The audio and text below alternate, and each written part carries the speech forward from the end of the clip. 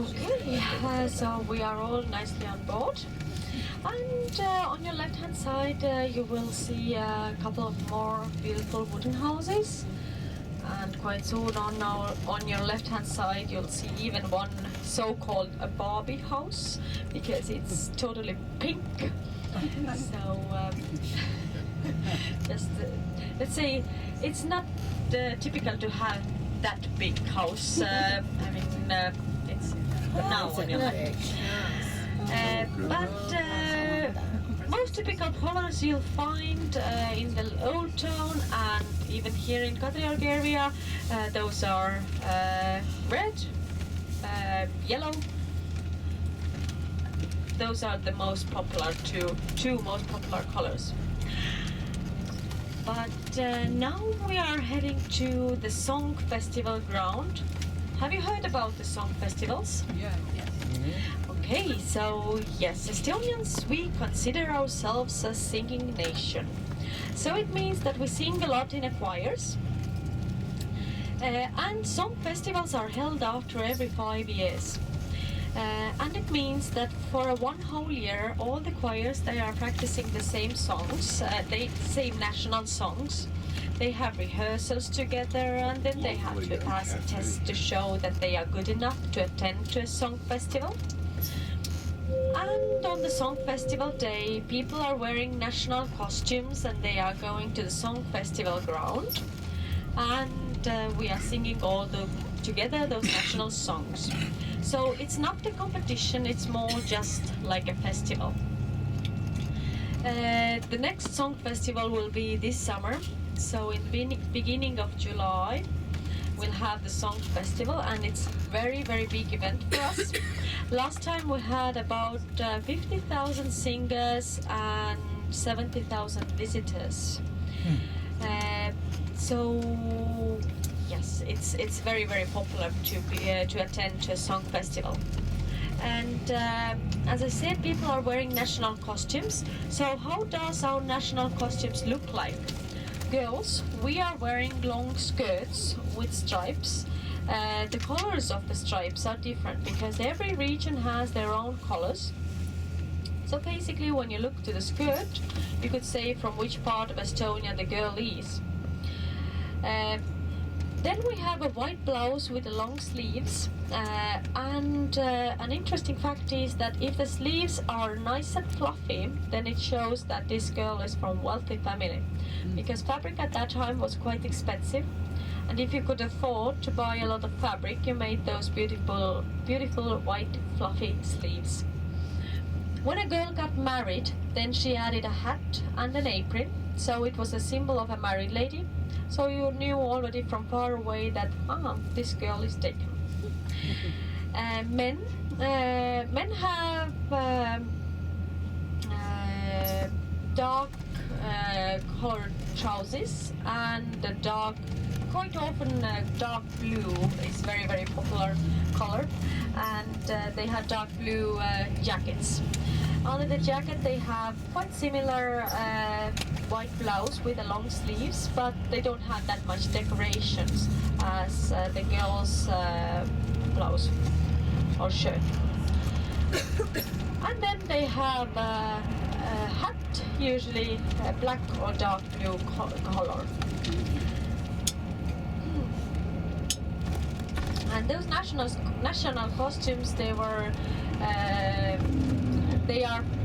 dating back to 18th and 19th century, and those were not worn every day at that time, but those they wore those on Sundays, so when they went to church, for example. If you now look on your left, you'll see the statue called Rusalka. Rusalka means a mermaid in Russian, and it's the name of the Russian battleship that sank in the Gulf of Finland.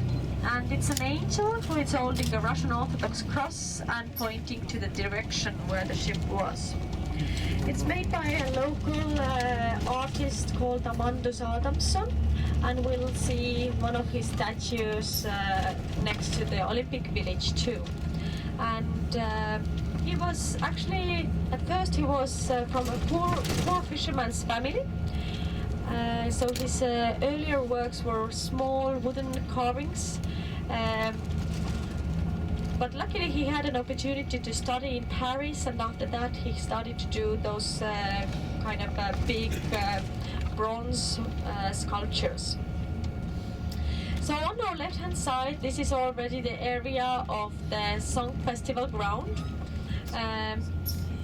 The Song Festival ground is closed right now because maybe it's open. We'll see. Because for 3 days we had a Harley Davidson festival here, and that's why you saw there were some tents. So they were having the festival over here. But if you look on your left, you'll see the arch. So the arch is like a sound mirror. So thanks to the arch, the sound will go only one way. So the singers are standing under the arch, and the visitors will sit on the grass. How long does the festival last? The festival is from 4th to 7th July. Oh, just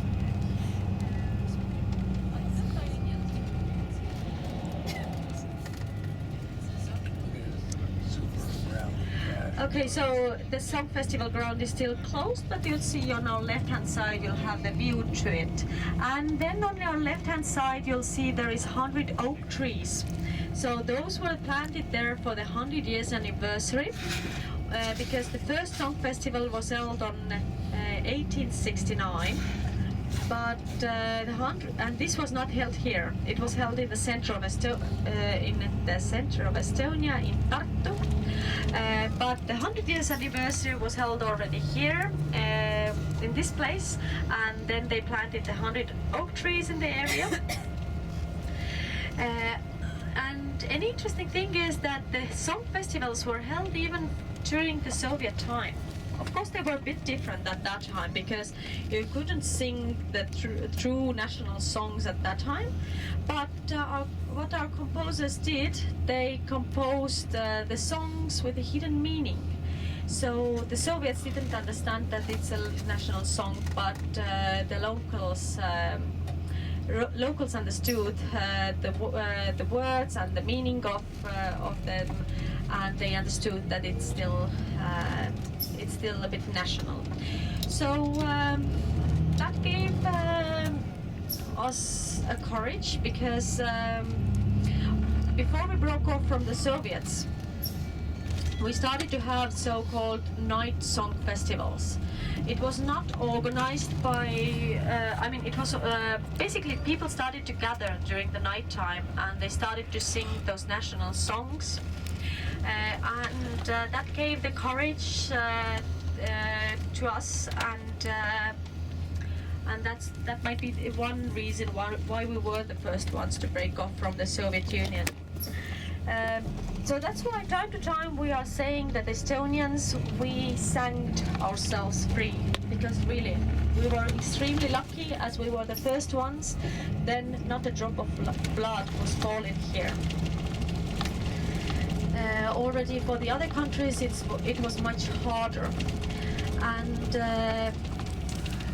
on 1989 we had the Baltic chain, which was basically a human chain from through the 3 Baltic states, Estonia, Latvia and Lithuania. It started in Tallinn and ended in Vilnius, more than 800 kilometers of the human chain. And the idea was that people wanted to show to the world that we are not part of the Soviet Union. I mean, we are not part of Russia. That actually we are different countries, and we want to be separated. And we wanted people to know about the Molotov-Ribbentrop Pact, which basically stated how 2 big countries, the Soviet Russia and Nazi Germany, how they divided the Europe.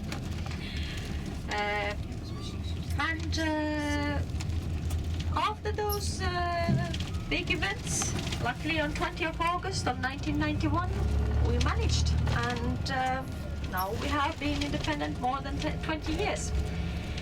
So it's already a longer period than the first time we had the independence. But now on your right hand side you'll see the newest church in Tallinn. It's a new Russian Orthodox church which was opened last year. And we are right now in the area which is called Lasnamäe. You see a lot of blocks of flats around us. Maybe it's not the nicest living area because it doesn't have much greenery around. Compared to the area you see later on, Pirita area, it looks totally different. But it's still quite a popular living area because the prices of the apartments are much cheaper here. For example, to rent an apartment with 2 bedrooms, about 50 square meters, you'll pay about 250 euros per month, plus water and electricity. So the price is quite reasonable, if you consider that you are only like 5 or 10 minutes away from the city center. Those blocks of flats, those were built here during the Soviet time. Why the Soviets? Why did they build flats to Estonia? The reason is because they wanted to bring in more and more Russian-speaking community, and that people would want to come here. So that's why they built those flats. They said that if you come to Estonia, you will get a job and you'll get a free flat. So that was the reason why people wanted to come here. What was the idea? Why they wanted to bring in the Russian-speaking community is because of our language. They wanted locals, they thought that if the Russian-speaking community will be big enough, then locals have to speak Russian with them, and they hope that after a while we will mix and we will forget our own language. Luckily for us, the community wasn't not big enough, and it didn't happen, so we still have our own language, and now we have those blocks of flats too. When we broke off from the Soviet Union, then I told you that the houses and the property was given back to their original owners. But then they had those blocks of flats here, which didn't have an owner because they were built during the Soviet times. And our government found a quite nice solution to that. They started to give out so-called yellow cards. So you got one yellow card for the 1 year that you worked under the Soviet rule. And with those yellow cards you could basically buy the flat where you were living. So let's say you had 30 yellow cards and your husband had 30 yellow cards. All together you had 60, and with those 60 you could easily buy the flat. So thanks to that, all the property is now privately owned. And now on your right hand side, this was one of our schools in the area. Now we make a left turn and we are arriving to another living area which is called Pirita Kose. And Pirita, in front of you, quite soon on your right, you'll see one needle-like tower. This is our TV tower. So the TV tower was built for the Olympic Games on 1980 because on 1980 the Olympic Games were held in Moscow.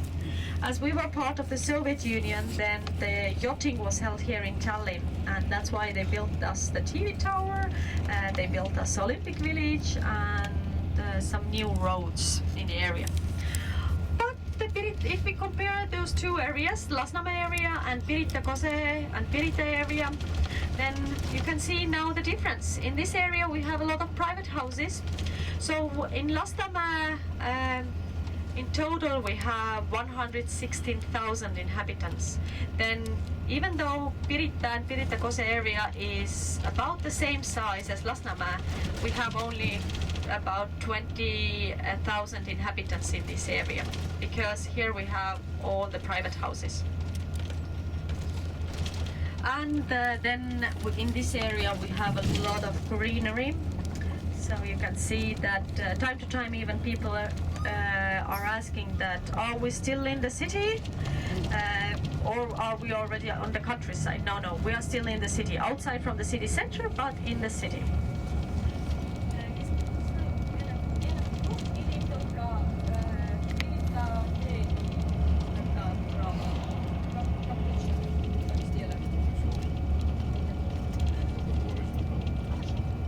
Ellie, do the people that still speak Russian and are Russian Orthodox, do they tend to live in still the flats in that town, or are they scattered like all over the? Let's say the Russian-speaking community. Of course, we've mixed already quite a lot. For example, even my family is a mixture because my father's side is from. I mean, they were Estonians, but my grandmother came from Belarus. But we consider ourselves Estonians. We speak Estonian. But especially in this Lasnamäe area, there is quite a big number of Russian-speaking community. So in Lasnamäe there is a lot of this community living, and in eastern Estonia there is the same, the Russian-speaking community living over there. By the way, right now we're driving across Pirita River. So we'll drive across Pirita River once more quite soon, and over there it's when it joins the sea it's much bigger. But right now we are driving on a motorcycle track.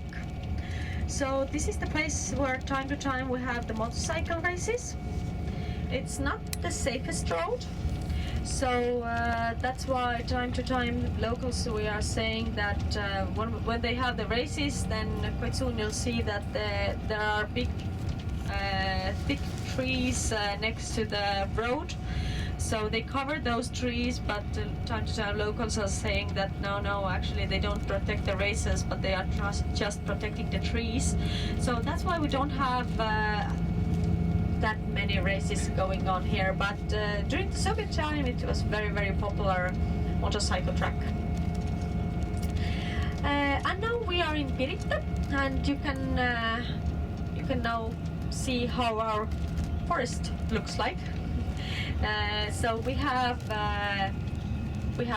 pine growing, we have spruce, birch, oak. So those are like maple.